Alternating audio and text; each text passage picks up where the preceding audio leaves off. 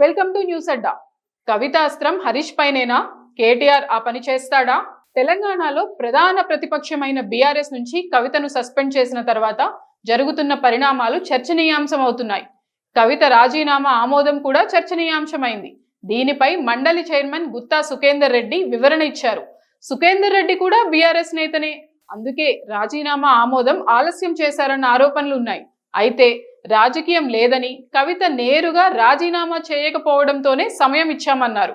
మండలిలో మాట్లాడిన తర్వాత ఆమోదం తెలిపానని స్పష్టం చేశారు. కవితను కాంగ్రెస్ ప్రేరేపించి షర్మిల మాదిరిగా పార్టీ పెట్టించి విలీనం చేయాలని ప్రచారం జరుగుతోంది.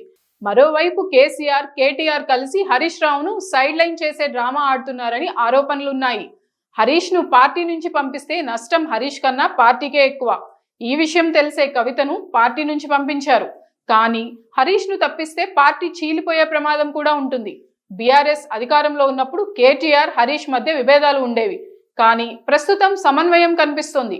పార్టీ కోసం ఇద్దరూ కలిసి పనిచేస్తున్నారు. హరీష్ ను బయట పెడితే పార్టీకి నష్టమే కలుగుతుంది. ఈ సహకారం బీఆర్ఎస్ భవిష్యత్తును బలపరుస్తుంది. మండలిలో బీఆర్ఎస్ ఆధిపత్యం పార్టీకి ఆధారం. కవిత విషయం ప్రచారాలను పెంచినా లోపలి ఐక్యత పట్టుకుంటుంది. కాంగ్రెస్ ప్రభావాలు, కుట్రలు, అంచనాలు మాత్రమే. పార్టీ పునరుద్ధరణకు ఈ సమయం కీలకం.